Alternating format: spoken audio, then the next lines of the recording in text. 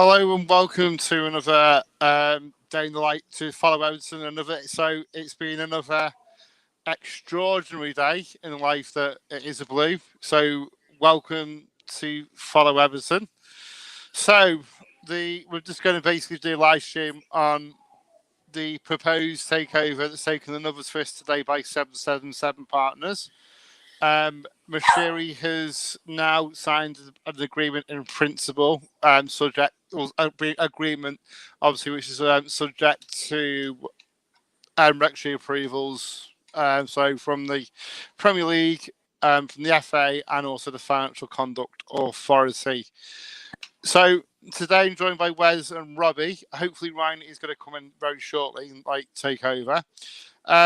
So guys, what are your thoughts? You want to go first, Wes? The dog's not happy about it.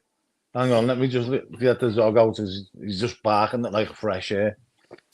Shall I have a little say there? Go on, Robbie. Absolutely fine, mate. Go for it. Right.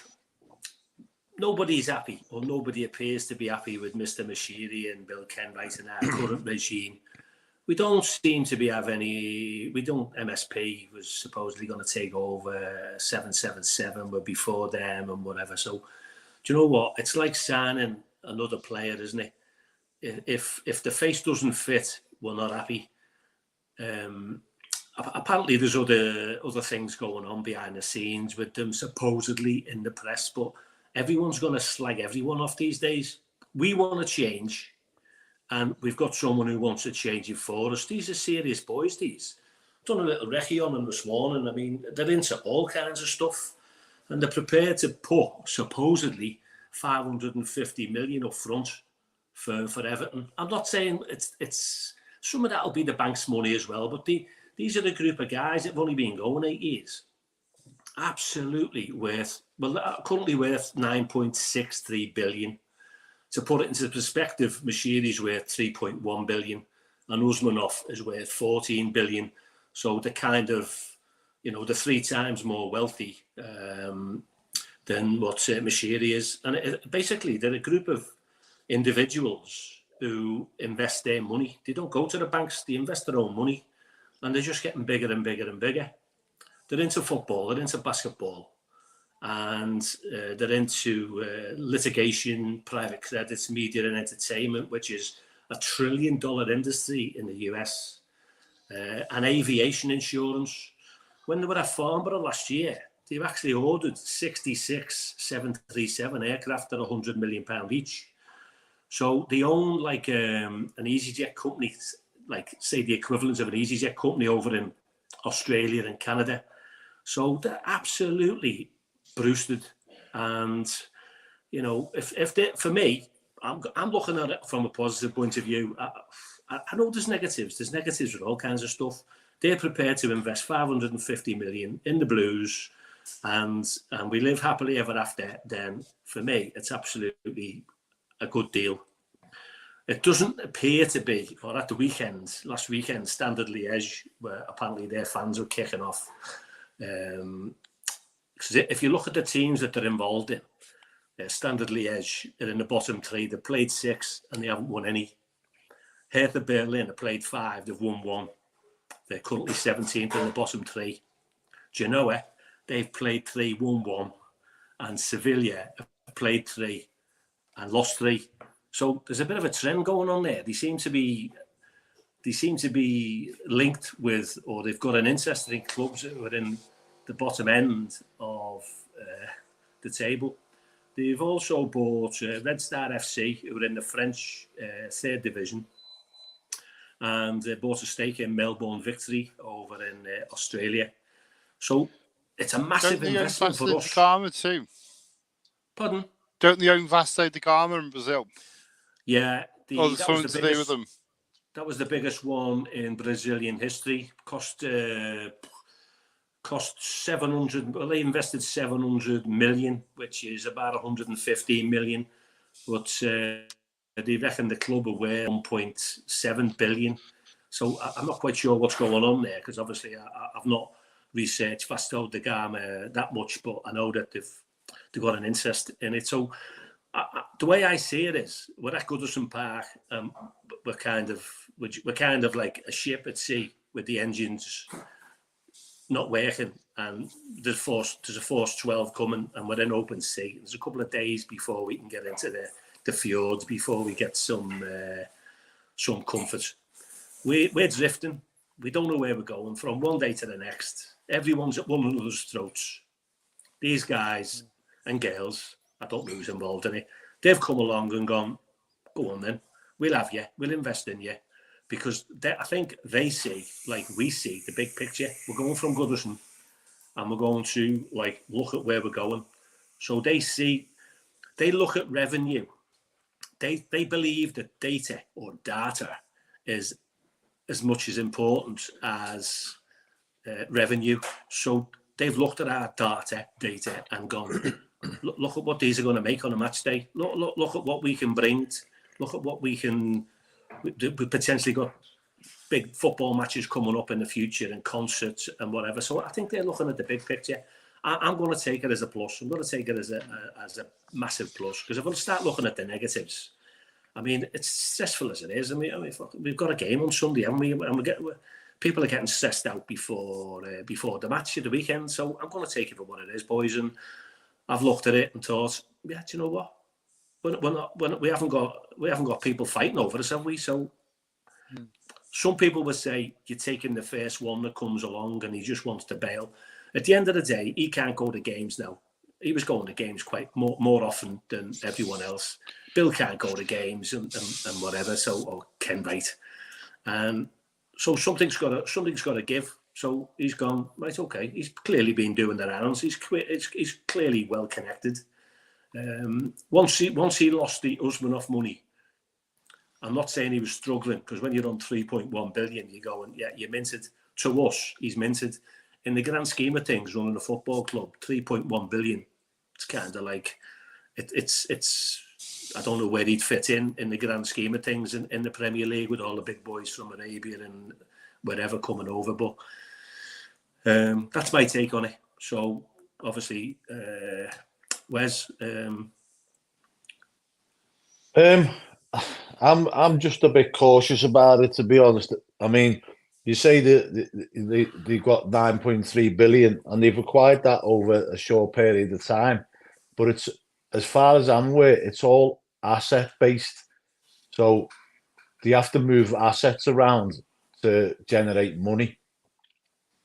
So obviously they're taking assets from somewhere to generate sales.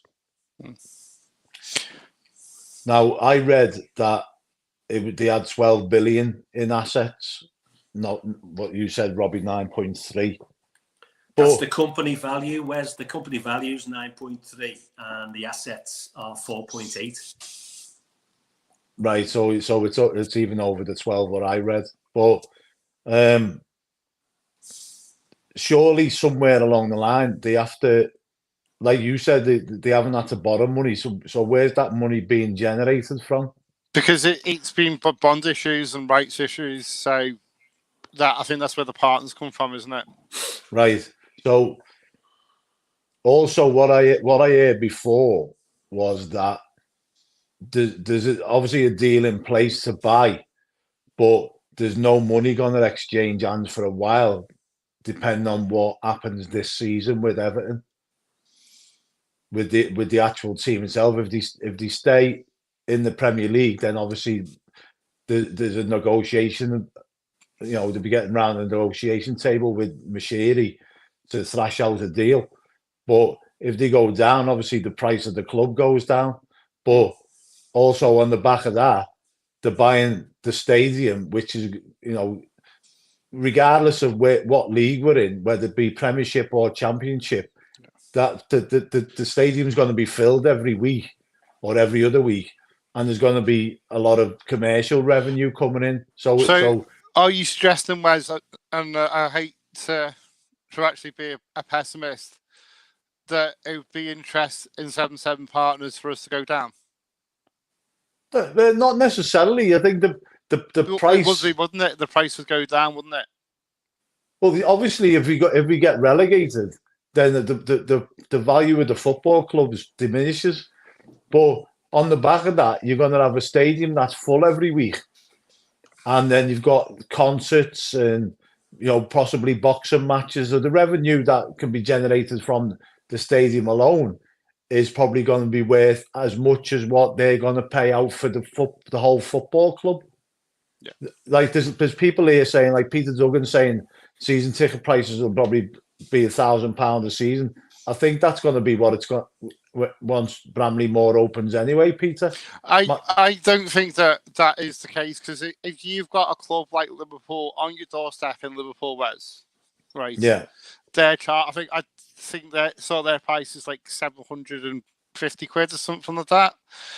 I don't think anyone could justify Everton's position to watch Everton's type of football to be at Bramley Moore and then charge 250 quid more to go and watch that shit.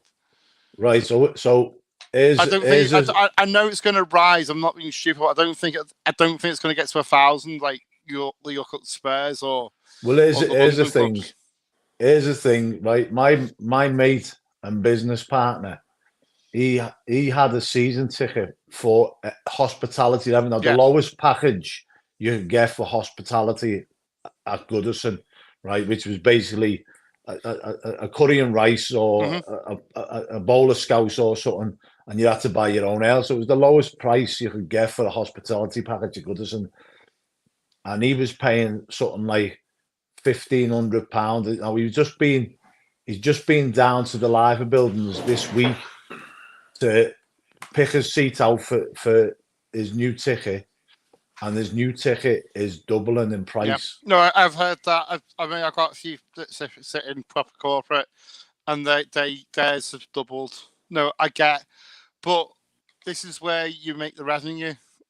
You make your revenue streams in corporate. I don't think you're looking at our season tickets doubling. I'm not saying they're not going to go up. Well, blatantly they are. Are they going to go up 50 to 100%?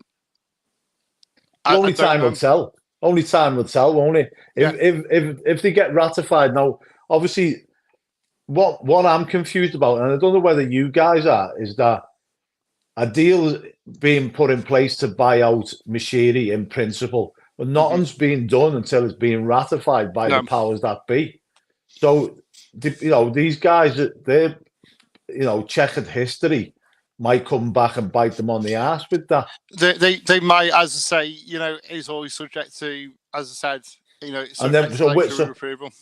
So officially, we're still in limbo. We're in limbo more now than what we were before. Well, actually, sorry, I think you cut you off there, Robbie, a bit. But this is what Peter Duggan said. So obviously, just come back to the the ratification. So we've gone from alleged rapist sanctioned oligarchs to Yanks with allegations ranging from fraud, racketeering, and extortion, and even kidnapping. We can't win. Sorry about that. So I just thought that was relevant on the regulatory side of it. I don't know how I feel at this moment in time. I think time's got to tell. We needed Moshiri to go. We needed Ken Wright to go. Everyone was calling for it. So you've got to be careful what you wish for, don't you? At the end of the day. Yeah, so you've got like the ask now. Well, I don't want 777. Well, who do you want? At the end of the day, he's chatting a load of crap on Twitter saying they can't afford it. Well, they clearly can. You don't go into a deal where you can't afford to. You don't make offers what you can't afford, surely. No. You don't sign legal paperwork saying committing to stuff when you can't afford it. Yeah, but this is part and parcel of the Premier League ratification, isn't it? They've got to show that they can, come up with the funds. Yeah. But I read something on Facebook the other day. Some guy from Genoa who said like. The Genoa fans are over the moon with 777 partners. Like you've obviously got one club, Standard Liège, where the fans are. But is that down to the owners, or is that down to the teams just not playing well enough? The fact that they haven't won a game. Yeah, I mean, as I say, only time's going to tell on this deal, and we've got, and also, I think just going to come back on what Robbie said. There's going to be £500 million investment. So is that into the stadium? Is that into the team? Is that to buy Everton? Is that to you know what I mean, Robbie? When we talk about 500 million being banded about, what's that actually? Yeah, 550 million is our current value. So that's to buy the team off Moshiri, then, is it? Yeah, and he's going to make. He reckons he's going to make a massive loss on that, but his little project has ended, so we're finished. If it's not 777, it's going to be. Will be sold to someone. Yeah, I totally agree. And you know what? As I say, I think it is a case of, well, who do we want? Who's out there? And unfortunately, you look and there seems to be no one. But we want Moshiri out. So what? There's people out there. There's people out there. Are there though, Wes?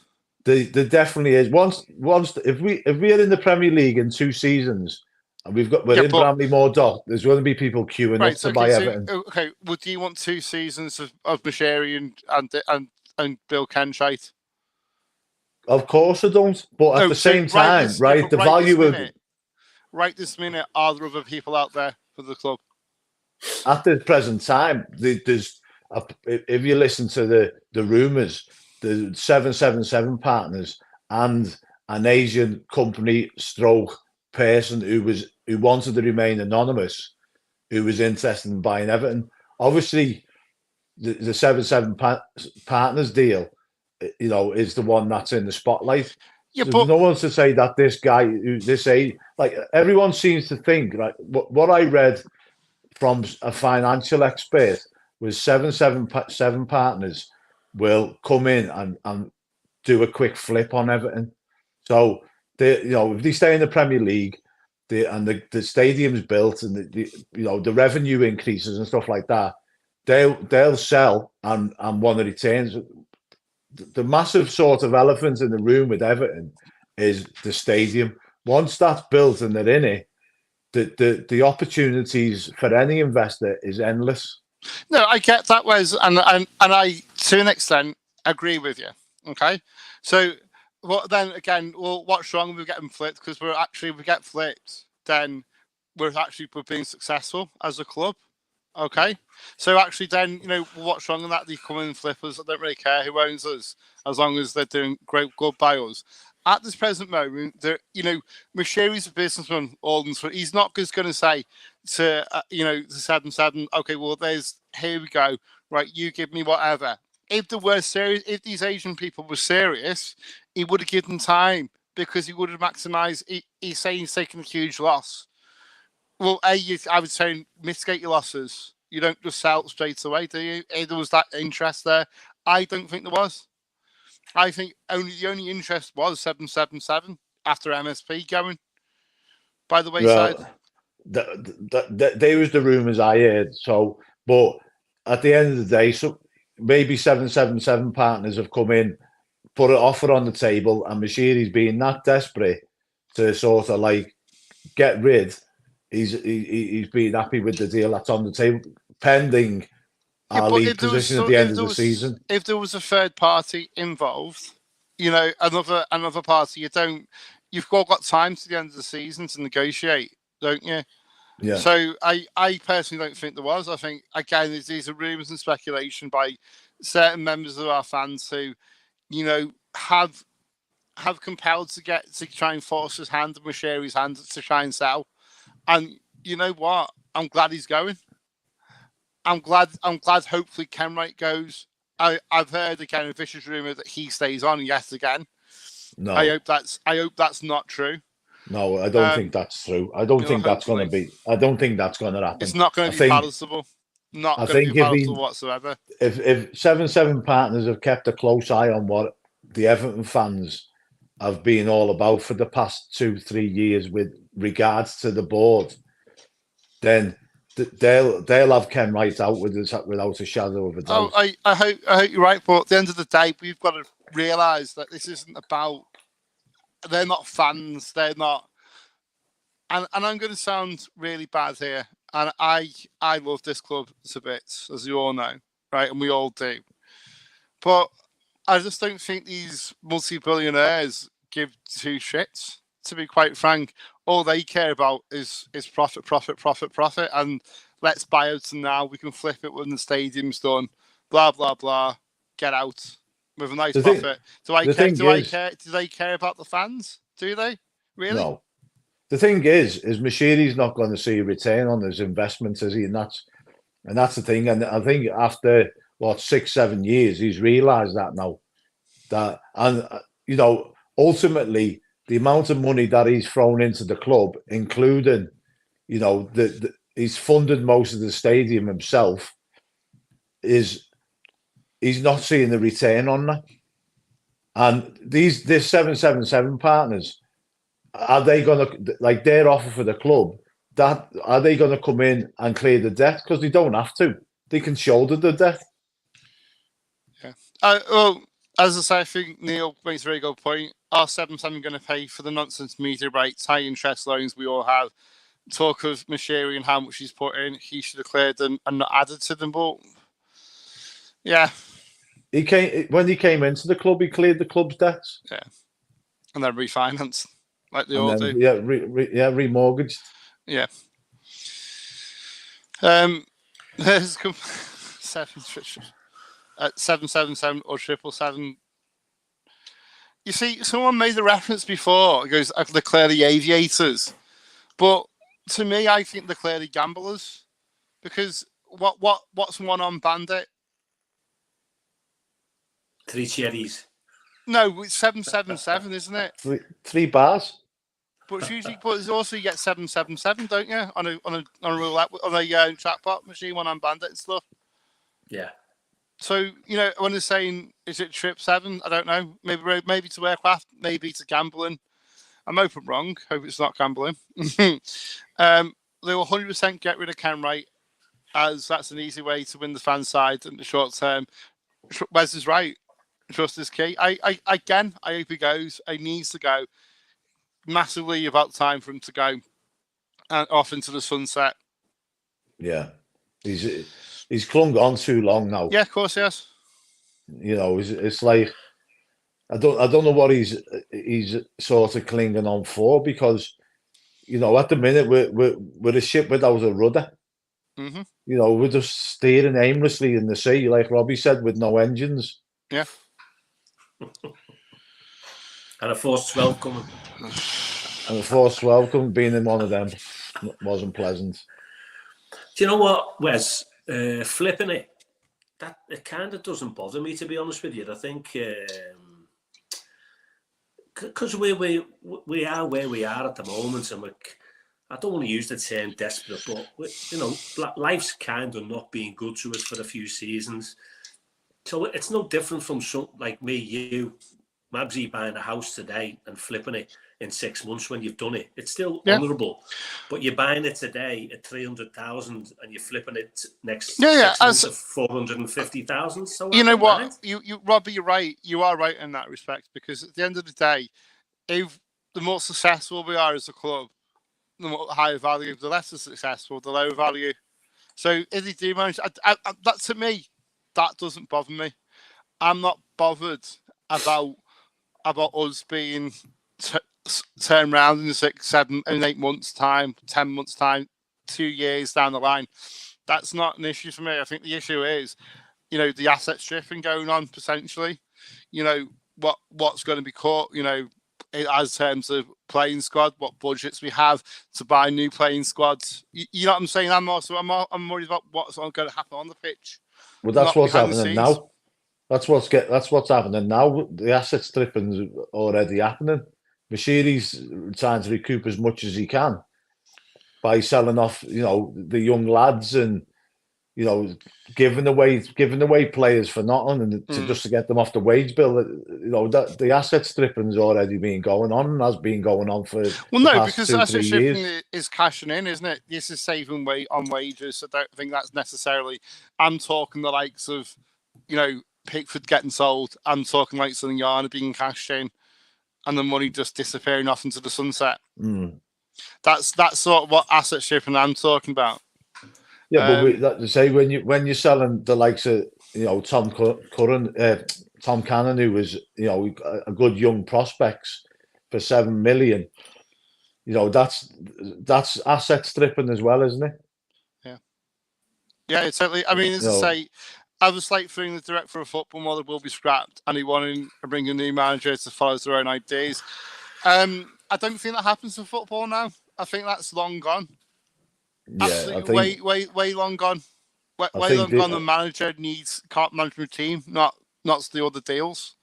Yeah, I think the director of football model is definitely the way most clubs are going these days, even on the continent. But the thing is with Moshiri, you can't knock the man for coming into a club and wanting big things and spending his money. He just had the wrong people in place and done it the wrong time and listened to the wrong people when it comes to getting advice. So yeah, his heart was in the right place where he's spending his money. He just went about it all the wrong way. Yeah, totally. Neil Michaels goes, Mabsy, none of the Premier League owners are now fans. The difference is owners who want glory vanity products like Abu Dhabi, Saudis, Abramovich versus profit seekers, which 7-7 seems to be the former's better than the latter. Yeah, you know what? Totally, if we were some rich kids, toy that they want to swear, absolutely fine. But Neil, where are they? You tell me who wants to invest at Everton at the present moment in time. There's nothing short. You look at the Man United deal, that's collapsed. So why aren't they coming here? There's something not. Well, obviously, what's not right at this club. We know that. And at the present moment in time, we're not some rich kids fantasy project. And I think eventually, if 7-7 sell it to someone for a rich kids fantasy project, I'll be happy. I'm not saying I'm happy about 7-7, but I'm saying is at this present moment in time, I'd love to be a rich kids fantasy project, but who's coming? Who is? But everybody kind of, I think if you listen to the rumor mill, everybody kind of knows that the owners of Man City wanted to buy Everton. Yeah, and we had the stadium issue, but they didn't want Bill Kenwright as chairman. It wasn't. Again, I think that was a very much. No, I completely disagree on that. That was way before. What happened is that we were quite literally we were going to be bought by the Mansours, right? Okay, and then basically a Destination Kirby was about their age. Then the government stepped in and said, no, Destination Kirby is a no-go, right? Then the Mansours looked at City. Well, they had the Commonwealth Games coming up. They had the stadium sorted. They had the lease. They had the tenancy. Didn't have the issues that we have. So that's the whole reason the Mansours went for City over us. It was because of the stadium. We had stadium issues, and they didn't want the headache. They didn't need that headache. They had it sorted with City. And I think it's very disingenuous. As a lot of rumours say, well, that was Ken Wright because Ken Wright didn't want to quit. I think that's the bollocks, being brutally honest with you. I think it was more to do with the Destination Kirby falling through and the government. It was quite literally going to go through, but the government stopped it, called it in and stopped it. And the Mansour said, nah, not having that. Was this the Kirby thing? Yeah, Destination, the Kirby Stadium. Because that was because the shops and stuff in Ormskirk moaned about it. It was Liverpool. Liverpool moaned about it too. The council moaned. But because there was City Council moaned about it as well. But because there was all the people from Kirby go to Ormskirk for the shopping. So when they put the big Tesco in there. Yeah, but what happened, guys? What's the Kirby now? Well, they've got a big Morrison's. Yeah, but basically the same thing, isn't it? Yeah, exactly the same thing, but no stadium. No stadium. At the end of the day, it was quite literally the whole stadium issue was a farce because they didn't want Tesco's coming in. I think Skem complained. There was a load of little councils, and then Liverpool got their oar in as well and said it's going to detract from us. you know, we're going to lose Everton. Well, you know, help Everton get a stadium. Then they didn't bother until then. Joe Anderson and his bunch of cronies decided they want to go for the Commonwealth, and then you know what I'm saying. It's just, yeah. I honestly do believe that it wasn't anything to do with Ken Wright saying that. I honestly believe that. I'm not a Ken Wright lover. Don't get me wrong. I just think that was just. I think there's a lot of like bad words being said about Ken Wright, which rightly so, but some of it isn't deserved like that. It was quite literally because we didn't get Destination Kirby. If we had Destination Kirby, we had the Mansours, and the rest is history. It's hard not to sort of believe that some of it was down to that because of the way he's clinging on. Do you know what I mean? Yeah, but I don't think that was a be all and end all, Wesley. I really don't, Wes. I don't think that, because I think it was a few years ago, just before, there was someone else wanting to take us over. Now I think then he might have said that, okay? Because if you remember, we entered into an exclusivity partnership with it wasn't Moshiri, and then suddenly the exclusivity period expired, and next thing you know, it was Moshiri buying us. We were like, who is he? Because we weren't told that, because we were in an exclusivity period at that time. The thing is, like, I don't know what you think, Robbie, but I think in this day and age now, Moshiri coming in with, at the time, what was meant to believe that he had 2.1 billion, his wealth was worth 2.1 billion. Now, in today's day and age, in billionaires sort of world, that's a poor billionaire, isn't it? The way football's going. Yeah, the fellow who owns Bargains on Merseyside, he's worth double Moshiri. And who's that? He's worth Tom Morris. He's worth 6 Oh, billion. right. Yeah. So yeah, TJ Morris. Yeah. I genuinely didn't know how much Moshiri was worth, but whether he was the front man with Usmanov or what, but once we lost that money, I knew we were up the creek without a paddle, and we'd already committed to the stadium. So once the sanctions kicked in and we lost quite a bit, I knew at some point we were destined to be funded elsewhere. And I don't just mean the mess on the pitch, because it's not just behind the scenes. Ours is, if you're playing bingo, it's a full house, isn't it? It's not just a line or corner to corner. We're on the pitch, off the pitch, and all the stuff that's been going on. So, again, like we've got the team, and each week we go, yeah, I reckon we're going to win. We're going to score. We've been making chances off the pitch. We've been a mess for quite a while, but at the moment, as we've already decided, and it's just our opinion, isn't it? The lads coming through are saying, lots of things. Everyone's going to have their own view. I just don't feel like we've got nothing else, and they kind of fit the criteria. Whether they fit the criteria for the Premier League and all the others is another matter. We're only sold when we're sold. The thing is now, right? If we're still in the Premier League now, in 2 years' time when we're in Bramley Moor Dock, the value of the club's going to double because of the stadium. Yeah. Do you know what I mean? You're going to be talking over £1 billion. Mm-hmm. And hopefully we've got a team that can play in it. If it is on the back of 777 partners and these stabilizers. Now, 777 partners, they specialize in buying clubs in financial distress.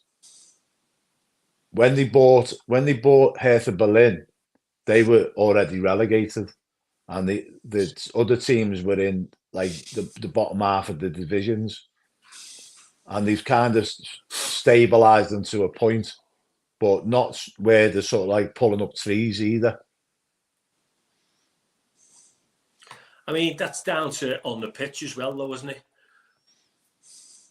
They 100%. just come along with the money. They come along with the money. They don't actually own Hertha Berlin. They've got 65%. They own 65% stake. Not quite sure how much it is, but they've got a lot of shares. But again, it's what goes on the pitch. We've been shite on the pitch before 777. We've been absolutely crap. Yeah. And you've got all these millionaire mercenary assholes, I'm on one now, who've come through and not give a toss about the badge, the club. They kiss it on a Monday and they're off on a Tuesday and say, I'm not training for you. I'm getting a contract somewhere else. I want another fiver. So for me, the game has changed massively. It's not sexy anymore. It's not your Alan Ball and your School of Science or your Dogs of War. It's literally mercenary. And I don't like the way it's gone. But it is what it is. And I've got to detract myself from it at some point. But with Everton, you can't detract too much because there's so much going on. Will he sign? Will he won't sign? Is he going to leave? Is he not going to leave? Have we got enough money? Have we not got enough money? Is it going to be FFP? Is it going to be 7-7? Oh, look at the papers. Oh, we're finished. We're going to go into liquidation. There's nothing. You can't hide from nothing now. They just leather us. We are like a project where they all literally want to do the business on us because for some reason they can't stand us. Yeah. I don't know why. I don't know what it is. The media hate Everton. But the thing is as well, that kind of like, I don't know too much about the 777 partners, but in the clubs that they, I've got interest in, have they invested in the playing squads? And that's the question for all Evertonians is, are they just purely interested in generating revenue through, other means and, widening the sort of horizon for the revenue? Or are they going to come in and invest in the playing squad? Or are they just coming here just to make a quick quid and get off? Yeah. No, that's a very good, valid point. I think no one's answered that question. I mean, how long have they owned the likes of is it Sander the Asian and Hertha Berlin, etc.? It can't be that long if they've only been going 8 years, is it? Yeah, they've got involved in football about 2 years ago. Yeah, and they've been buying clubs or heavily involved in a stake in the club since 2021. Yeah. There we go. There's a go, that one. Oh, yeah, I think we've done it at the same time. I think, was that the same comment you're trying to get up? Yeah. 7-7 hand investigating the squads are set from Hertha Berlin. I may be wrong, but one of those teams spent 30 million on the players and the rest haven't spent. So that's a bit worrying, isn't it? Mm-hmm. That's very worrying. Of course it is. If it's true. I mean, I'm not saying that I'm not having a go. I just don't know how accurate that is. And I could probably well imagine it is being accurate. Yeah, the thing is, they haven't bought a team in the Premier League yet. If they buy us for 550 million and don't invest and we get relegated, then their investment goes down. Their stocks and shares goes down. The fact that they not necessarily, Robbie, because the stadium alone is going to be worth that. Yeah. The stadium just on its own is going to be worth that. But these are clever guys, aren't they? To have amassed so much money in 8 years, they will know that it's not just off the field interest, it's on the pitch as well. So they collectively, you're selling.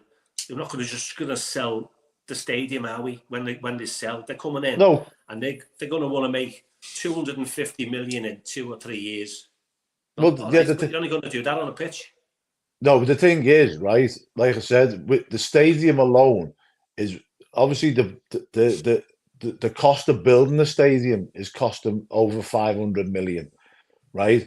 So when that's built and the revenue that's going to generate, whether you're in the Championship or you're in the Premiership, that the revenue that generates is going to be enormous.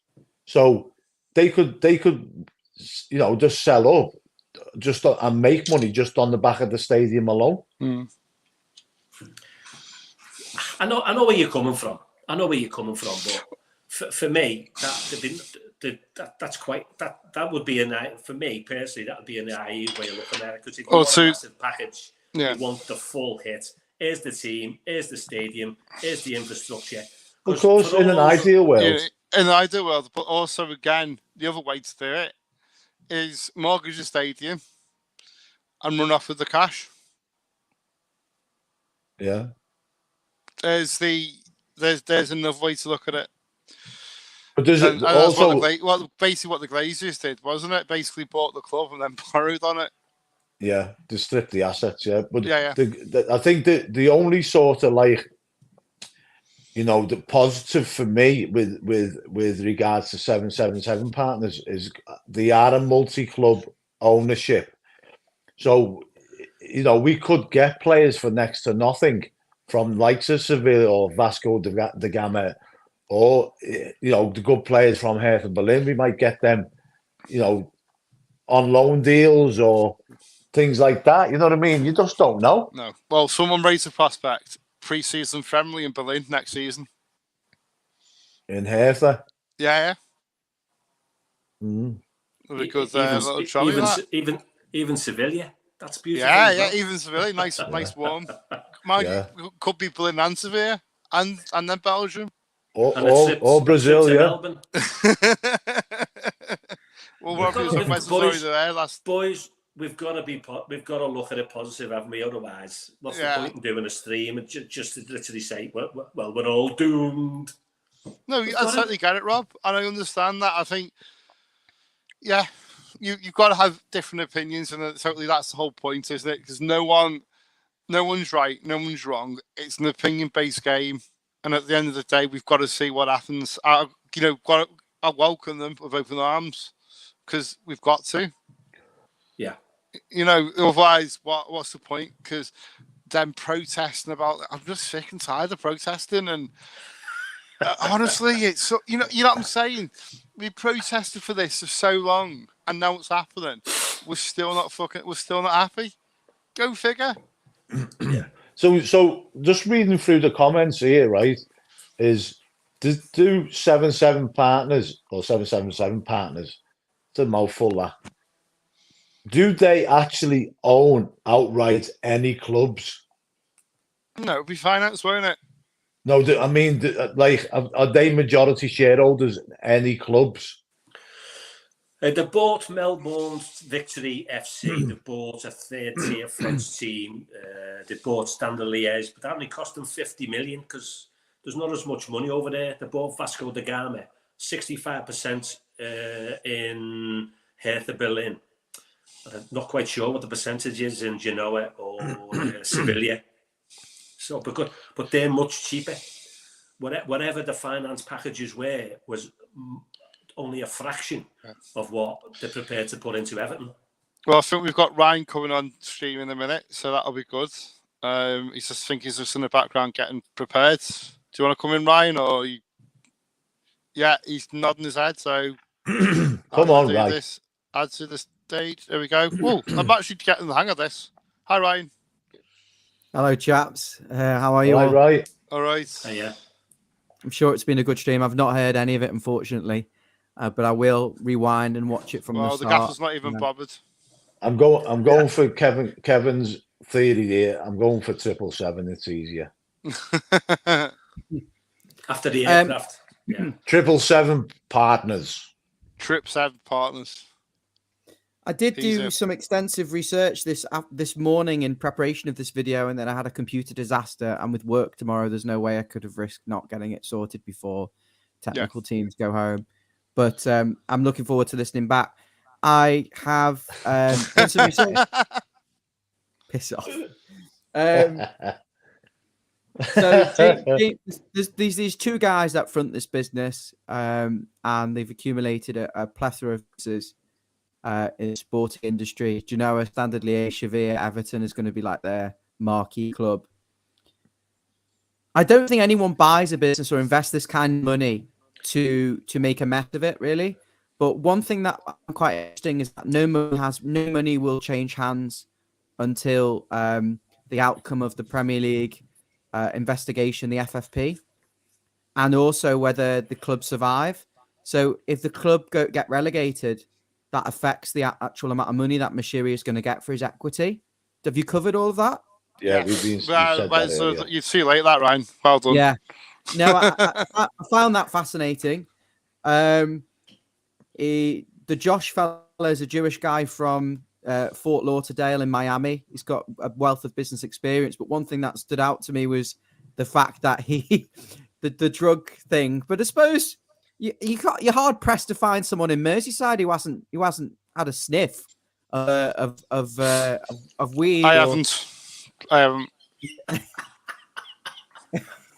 I've never touched drugs. Must be just you, Ryan. I've never touched any sort of drugs in my life, and I mean, swear to God. But you'd be hard pressed to find many others in Merseyside. So really, who are we to kind of judge someone on ordering something through the mall, ordered cocaine or something? So you got to laugh. He was done when he was in college in his younger days, and he's not very old. You know, everybody makes mistakes. TJ Mids on a little wind up there. Sell a bit of lemo on the side. What probably I'm sure you covered it all.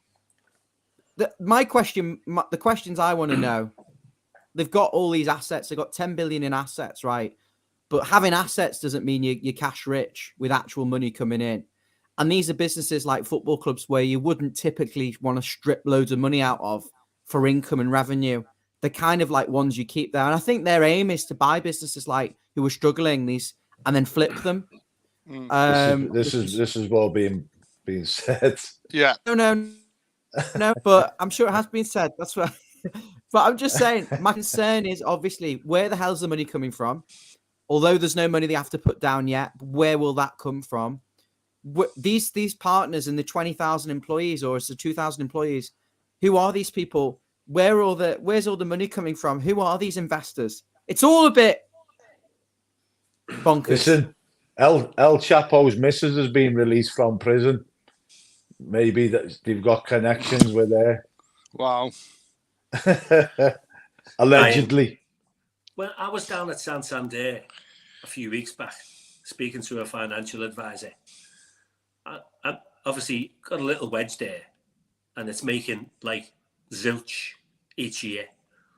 But they want me to invest it in stocks and shares, and they tell me what I can make on it. But they also tell me how much I'm going to lose. But these individuals, they're at a much, much higher level than any one of us. Yeah, well, it's high risk gambling, isn't it? But they're prepared to take a risk. Because this at is the what end I of the made day, a point before. That at the end of the day, if we fail, they're involved in so many other pieces of the jigsaw in the global climate, with the aircraft, buying aircraft, leasing aircraft, and also financial litigation and insurance. So they're going to be making billions, millions and billions on all them other little schemes. Yeah, but at the end of the day, it's not necessarily going to go back into Everton. You know, I think this is very a naive way to look at that, Rob. And at the end of the day, 777 to me is, as I say, high stakes gambling. Yeah. Are all these other businesses that they've got then making money where they can access it, and that's what's building the wealth? And are the two of them just a front for a group of like hundreds of other people who are investing? Yeah, I don't know what numbers they've got, but they don't go to the bank. They've got the finances. So they've got a group of people like a bit of a monopoly and go, right, here's the project. Yeah, I'm in. Kind of similar to some of the buildings that's been going on in Liverpool. So is it a consortium? Like a consortium? Yeah. Is it like me saying, okay, I'm going to buy Everton and I'm going to get Mabsy, Robbie van der Groot and Wesley Sneijder, the three of you, to kind of like put all the money in. Is that right? Yeah, put all the money in and you'll manage it. Yeah, it's an asset management. Yeah, it's just wealth management, isn't it? So who are the people who are in the 7-7 part? Who are the actual investors? Well, you worried is this is a pyramid scheme, don't you? But the two main people are Josh Wanderer, you mentioned before, and Steve Pascoe.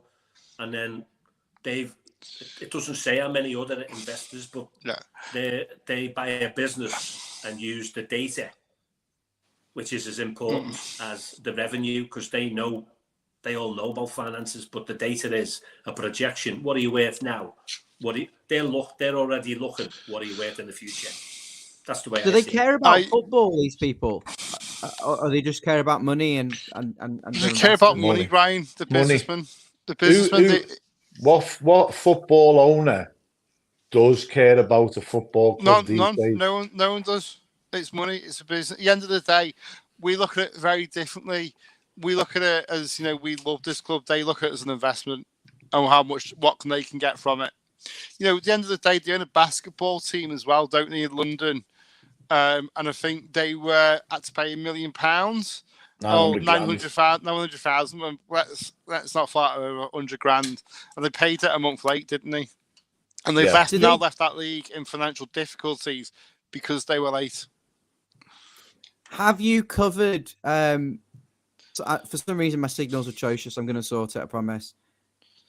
The delegation. So when they buy these clubs, I mean, not all of them. They haven't got majority stakes in all of them. They've got majority stakes in a few of them. But the ones they have got majority stakes in, do they have seats on the board? Who have they been employing to run the club? Are they very hands-on, or do they delegate? And the one Severe where they've got a reduced stake, are they on the board there? And who is the member who is on the board? I'm going to nip out, guys. Sorry, I'll see you in a bit. Okay. Yeah, in answer to that question, Ryan, that's when we set the stream up today. We set it up with about 2 hours to go, and obviously you can do some research on the 777. That'd probably take about a day to know who's on the board and how much money they've spent and whatever. That's like another project. So for me, I'll have to pass on that one because I don't know the answer. If you ask me one on Dutch, if you ask me one on over in Holland, and I can give you the answers. Have they got any Dutch clubs? They've got standard liaison. That'll have to do. Yeah, we're hoping to buy more in the future to score more goals. we are hoping to buy clubs and invest our portfolio in. In Scandinavia also. Someone must have these answers that we need, though. Like, I want to know. Okay, if we strip the money side of it, how do they run their clubs? Are they hands-on? Do they have people on the board? This is the thing. What we was asking before. A question I raised was, are they investing in the playing squads? Now, somebody come back with a comment and said they're not investing in the playing squads. The only money they've shelled out was in, I think someone said it was Hertha Berlin, 30 million. So, which is worrying if that's true. I mean, because obviously our squad needs investments in it. So if they're not going to come in and put some money into building a team the right way, then what's the point in them? I'm going to send Josh Wander and Steve Pascoe a message later. Have a word, Robbie. There's an email there for the 7 partners, and there's the COO's email address on LinkedIn. Yeah, Mr. Groot. I'll do it. You'll email them saying I represent. I represent the Follow Everton supporters. Yeah, I'm from the Dutch Follow Everton supporters, and I was wondering if you want him to buy also. What have the comments been like? And have people being against this or open-minded? It's sort of 50-50. Now I'm leaning into the sort of open-mindedness. It's kind of 50-50 at the minute. I think people are sort of like concerned, but sort of like happy that Moshiri looks like he's on his way out. But then you've got people mentioning about, the kidnapping and the drug trafficking, and so yeah, I think we don't want to be run by a gang of villains. You know what I mean?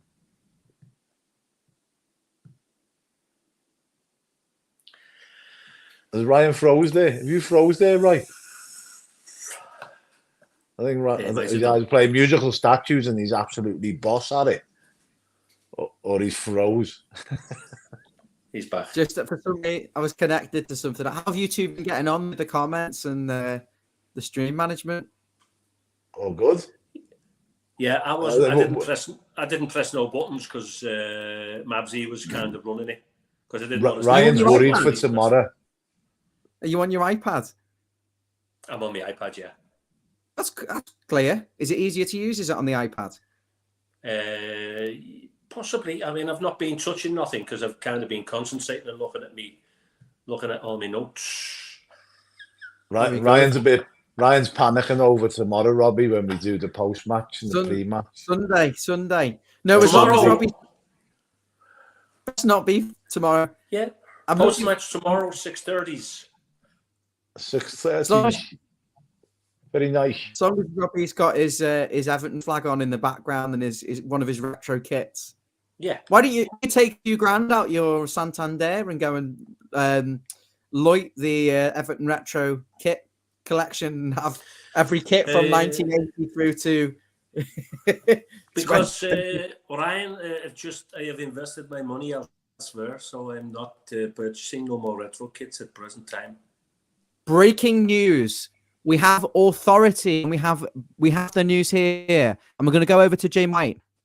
Jay White here, Sky Sports News. I can confirm that one of the 777 partners is indeed Robbie van der, the Dutch businessman, made his trade on the cruise ship security expert. He's now worth an estimated £2.50, and he'll be putting that whole £2.50 into the club. Yeah, into shares. Very good.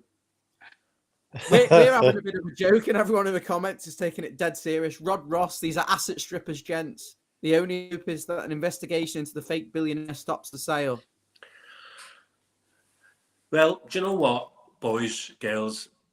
Show me one of these billionaires who makes their money clean, because it's at another level to us, and probably some of the stuff we don't even want to know about, do we? We don't know who we're getting into bed with yet, because at the end of the day, we're having a stream today about 777. Tomorrow it might be 788, because we might get knobbed off by the financial authorities. So we could be ringing for 999. Yeah, and maybe they come and maybe they won't come. The 666. They definitely won't come.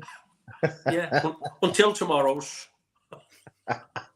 666 the devil, 777 of the investors, 888 is the betting division, and 999 is where you'll need to call when you've watched one of the games on Sunday. Did you do the press conference? You talked about Dyer's press conference, which was on at 1:30. No, it was this today was all about the Trevor 7. You like to talk about the press? Did you watch it? Did you watch it, right? No, I didn't, because I would have pushed things back even further. But I have got the quotes if you want, just because we've got some people watching. I don't know if we do these quotes and then get on with your day. Yeah. Curtis Warren. I want to know who these. My questions are. Who are in 777 partners investorship? Don't think that's a word, but I've made that up. Who investorship is a word? I don't think I'm having that all day. I'm having that all day as a word. Ryan, they're a private investment company based in Miami. So they're private, okay. So it's literally it's invitation only. It's not like certain establishments in the United Kingdom is invitation only, isn't it? Through a friend. So two of them are just the front of the business, and then they've got all these people who put money in as a consortium. Yeah, you've got to have a spokesperson, haven't you? So it's a joint effort. Two guys have gone together and gone, "You're up for it? Yeah, okay, yeah, let's do it." And then they have a little chat to a few buddies. You go, yeah, go on, throw me in. And it's nothing different from a consortium that were building and buying apartments blocks in Liverpool. Yeah. So could it, in theory, I mean, this is a load of rubbish, but in theory, so what you're saying is it could be me, and I could business be the front of it, be the chairman of, say, X and Y football club, but in the club that owns it, I've got Sir Alan Sugar, Lord Sugar, sorry. I've got what's his face who owns Virgin.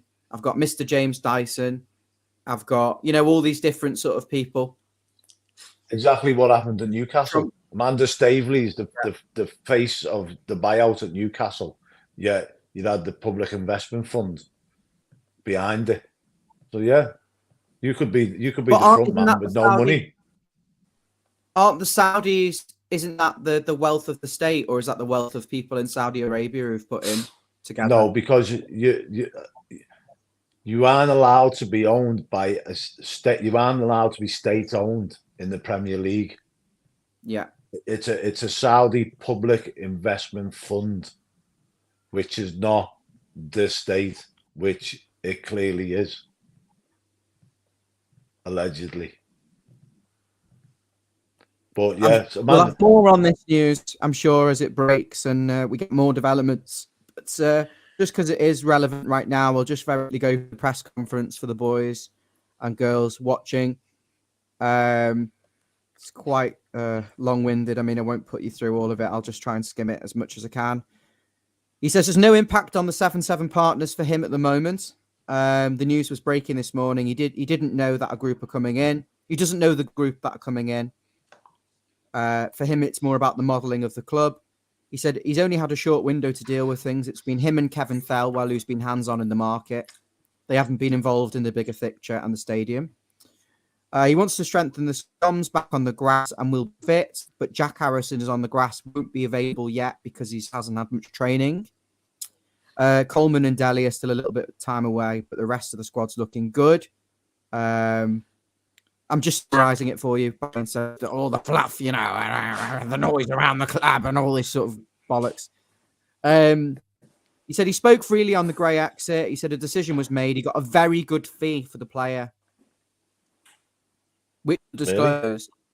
Really? Yeah, he said it was a very good fee. The business is apparent money going in, money going out. That's the reality.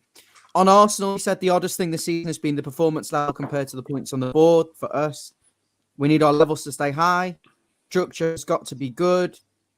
We have to be clinical. We haven't been clinical, but the league table, we can't disguise it. It's not good enough. He had a blip against Villa. On the squad, he said he looked to balance the group, which is unbalanced. We've worked hard and diligently. Why are they still talking about the transfer market? When everyone's fit, we're in a good place, but there's not going to be any point in the season, really, when everyone's going to be fit. One of our wide players is going to get injured and we're going to be left with round pegs in the hole. We've got some talented players. We've been very creative so far. When the big guns turn up, we have to play well. We've got some talented players. We've been creative. We've got to go to the game. There's been a shing of how creative we are, but we haven't got the points on the board. More on the takeover. It's all pretty much state the obvious, though, isn't it?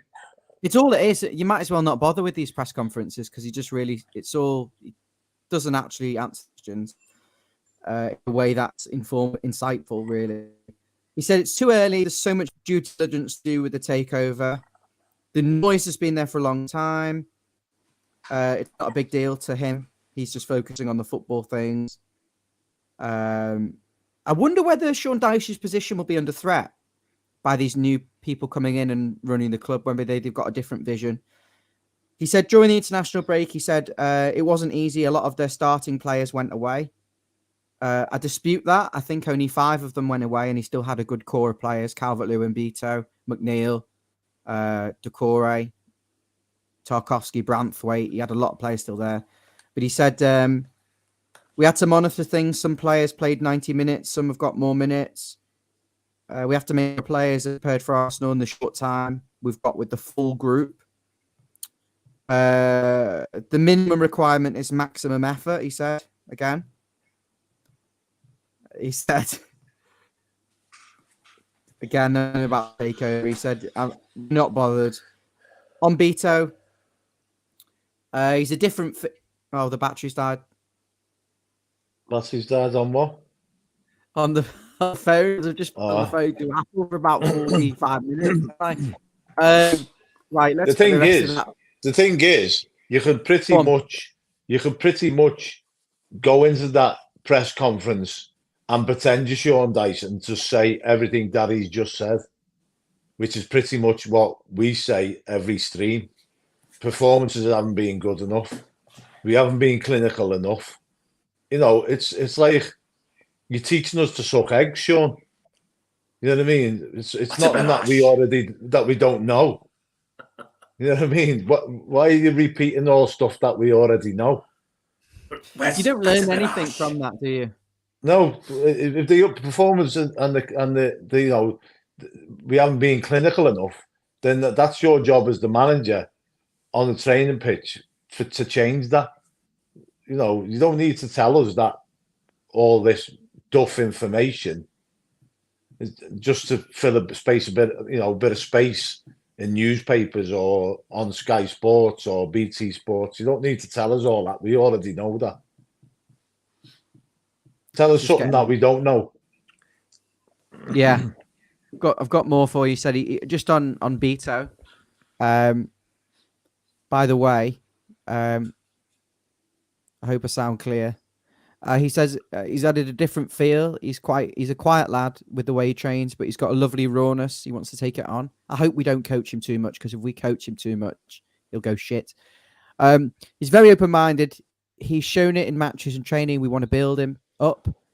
You want your players to be polished, but not lose that raw edge. He will become more polished, but he's got a desire to do well. Chats bollocks, doesn't he? Sean Dyche, he can work. This is on Jack Harrison. He can score, he can assist, he's got quality, he's got high work ethic. He's in the early stages of true fitness. But I'd rather have quality players who are slightly unfit than a load of idiots who are fit but can't do anything. He tests well. He looks free in his movement so far. He looks clear, he's ready to go. We just need to get him up to speed. On Braithwaite, he says, defenders mature later. He's a good player. He needs to get some game knowledge and learn about the small details. Those small details you get from years of playing football. He's made a strong start. Michael Keane hasn't picked up on that then?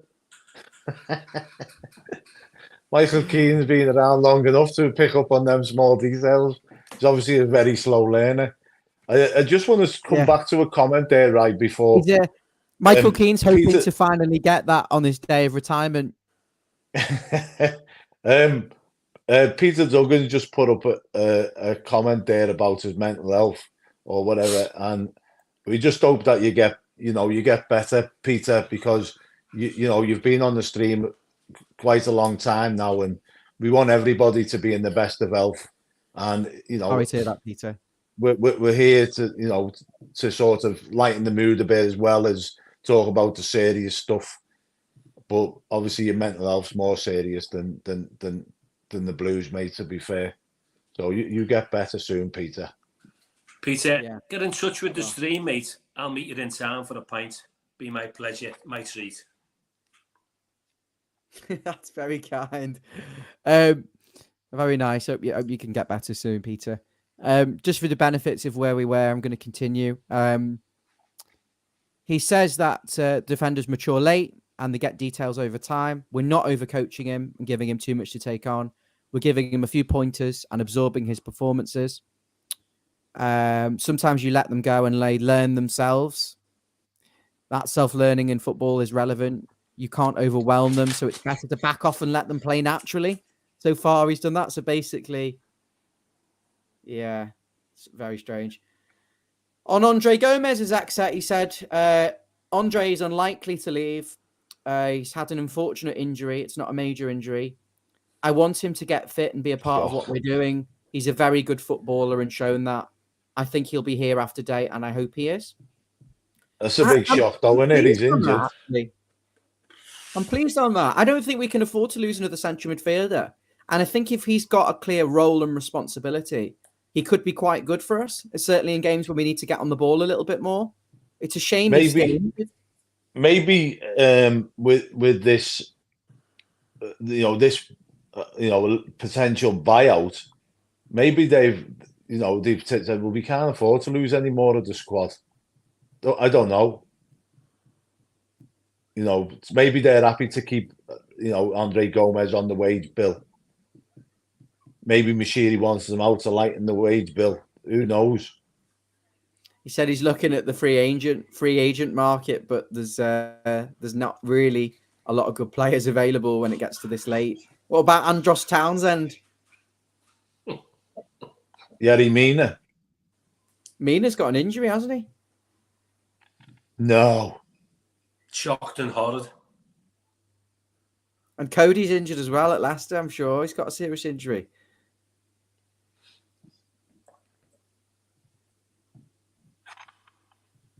Devastating news. I think it'll all work out in the end. On Sunday or with the 777? Yeah, in general, with everything, it tends to do that. Yeah. Apparently, This is our time. Thorium19 said Keane is a confidence player. Well, he obviously severely lacks confidence every week. I don't think you can be a confidence player if you're playing in a central defensive position where you need your consistency to be high. It's not like where you're up front where you'll have a plethora of options and you can drop in and drop out and rotate the wingers, whoever's best on form. Wingers and forwards were always notoriously confidence players or players that would come in and out of form, but you need your centre-backs to be the most reliable and consistent areas on the pitch. You know, you can't have someone like Michael Keane in that position.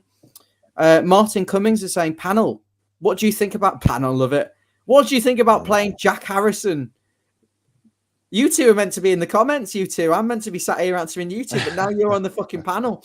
Panel, what do you think about playing Jack Harrison as an attacking creative midfielder in a number 10? No. I think it's going to happen in some games when Decore's not got the technical. Like I said last night, I'd prefer to see James Garner in there than Harrison. I think Harrison. Conversation that he's never played as a 10. He's never scored a goal for Everton, and he's only made 9 through balls in his 100 career appearances. But he's got to be better. It's got to be better than playing outright and just being anonymous. And he needs to compete for the central midfield positions with the others. Is he ever going to get a chance there? Not if Onana keeps playing well, and so what? It doesn't matter. You play your best players. Ross is saying any players in the other clubs they own that are worth having. I'm sure Sevilla have got some. Someone said there before that every player at Sevilla is up for sale, but they haven't got a controlling stake in that club. And I thought you couldn't own multiple clubs. Oh, that's in the same country. Just in the same country, yeah. But it doesn't matter whether they have a controlling stake or not. It's if they've got every player up for sale, surely they have an input in where them players go, even though they haven't got a controlling stake. I think there'll be some sort of hierarchy with Everton potentially being the most lucrative club just because of where it is, getting players from other clubs, and I think we'll end up, getting players from Standard Liège and these other areas. They'll palm them off to us if they get there for cheap. That's what. Well, if they're good, yeah, they've produced some good players over the years. Standard Liège. Did you take Fellaini back, Wes? Did it take who? Fellaini. He's in China at the moment. Is he? Was he getting some blood clobber and that? He's scoring a lot of goals. Is he? Yeah. How old is he though? 34, 35? No.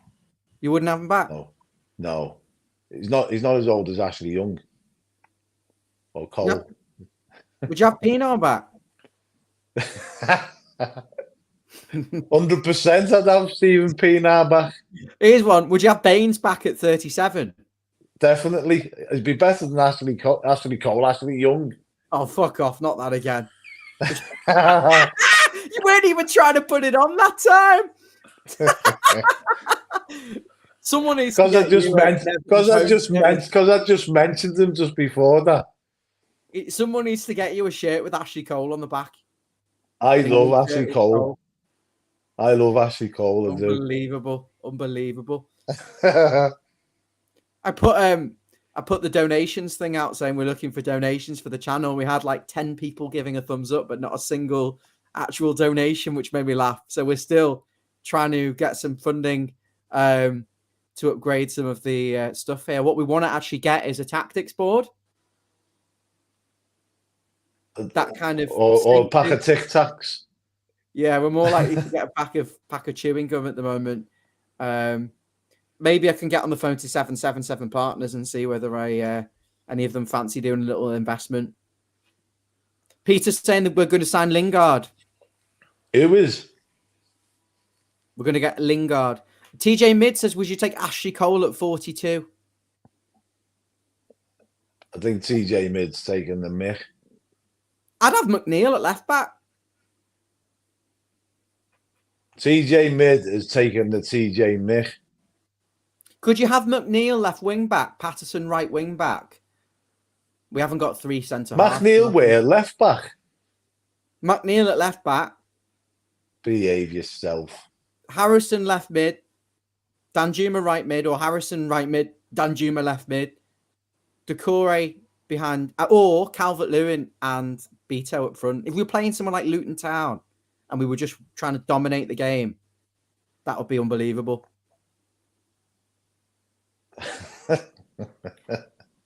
No? Robbie, Mr. Groot. The Blues. I don't think we're actually going to get a board, but I know David wants one. He's desperate for one. Is he really? He wants to do the tactics, yeah. Oh, behave yourself, Basil. It'd be like Mike Bassett, England manager. Mike Benson and Roger Edges. It's a good idea, actually, the Blues. Thanks for that. Appreciate it. Hey, we've been on 1 hour 20. We've done all right so far. Yeah. Do you want to wrap it up? Yeah, I need to go and feed my child. Yeah, so don't forget, if you haven't subscribed, hit the like button as well, and tell everyone about our stream. We're going to get bigger and bigger, like 777. And Peter Duggan, make sure you get in touch, mate, because I'd love to meet you in town for a pint. And we'll have a little chat about life, because I have a particular interest in certain subjects, and I'm very good, very clear-rainerish. So until Sunday, when you're going to meet me and my buddy Wes on the post-match, because Ryan is going the game, so he might just dip in as the main man. With his new mic. Yeah. Oh, with this, don't talk about that. Oh, no, it's not. It doesn't. It's broke, is it? No. Basically, the mic. No, so it's not my bad. So basically, I did the research. I did loads of research, right? So I've got my iPhone, obviously, and I thought I want to get a microphone that I can plug into the phone. So when I'm at my gigs, I can pass it to like someone and say, "Can you do a little bit of filming?" But also say I was at the match and I was like podcasting with my phone. And so I found out that a really good one was called the Shure MV88, but it had been discontinued and replaced with the Shure MV88 Plus. And the reason is because like it had some sort of big overhaul, and it's the same capsule, really, really clear capsule in the mic, but there's no monitoring on the one I've bought, which means say you were out and about, you can't hear your own voice. So if you had headphones in, there's a half a second delay to hear your own voice back. Oh, so basically it's probably not going to be suitable. And the ones we need for the channel are about 200 quid. So if anyone wants to donate, then please send me a message on Twitter at Follow Everton, because there's no money. We're not making any money here. We're not the 7777777 funding limited group. We're just a bunch of Blues. And yeah, Rod. Yeah, I'm not talking about this, mate. This is a professional one. The one I just bought was so that when I'm out, say when a few weeks ago when we played Wolves at home and I was in the car, I had to do something. I wouldn't be able to use this because you need a laptop for it and there's a big audio interface thing for that. So I just needed something small to take with me. And yeah, it might work, but I won't have any monitoring, so I don't know how I'll be able to hear my own voice. I'll be able to hear you guys, but if I'm in a loud environment, I won't be able to hear my own voice. Anyway, that's boring. Sorry, I don't know why I'm talking about that now. But yeah, Kevin's spot on. Yeah. No, I didn't get the version 2. I got the old one that plugs directly into the lightning port, but it's been discontinued. It's fair to say that you've been had off, Ryan, so you have.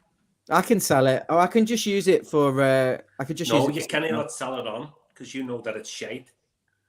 I can sell it on to someone who needs it for like. No, that's a criminal offence. So it is. That's a criminal offence. It's got a niche use, but probably not good for live streaming. Right. I'm going to love you all because I'm going to go and see my little grandson. He's on day 2 of his starting school and he's a little bit upset. Rehab. So love you all. I'll see you Sunday. Yeah, I'm going to listen. Look forward to the post-match talking about the Blues and how many goals we've scored and what a wonderful show everyone put on. And are you two doing it pre? The end. Are we going to do the pre, Robbie? Yeah, maybe if you do want. The team news. Team news. Maybe if people are going to be bored of us. I think what we should do. Amy's joining you. Amy's joining you. Yeah, I think we should end this stream now. Start another stream and do the team news because we pretty much know who's going to be playing. Pre-record the team news reveal. Yeah, see how close we are. I've got the 1 to 11. I've got the 1 to 11 anyway. We all know who's going to play. There's no shadow of a doubt who's playing. So Amy's definitely on for the pre-match. Amy's doing post, but I'll ask her if she wants to do the pre-match as well. Okay. See you later, Peter. You take care, mate. Take care, Peter. Take care, guys. Robbie, would you like to do the honours for the first time? Yeah. So listen, boys and girls, been lovely talking to you. This is we just have a hoot. I know it's a serious subject, but as Peter's already said, at the moment, there's more important things going on in his life, and that's hence the reason why I'd love to meet him for a pint. We do this. We have a little bit of a hoot. We talk about serious subjects, and we just give you our opinion. And at the end of the day, we try and do our best, and we listen to what you say as well. So we're a team, we're a family, and we love it. And on Sunday, I'll have my little flag up in the back, and I'll be up for it. And then hopefully it won't be deflated on Monday. Love you all from the Robster. Now let's see if he knows how to end the stream. Bye-bye. Love you. He's going to do it. He's going to do it.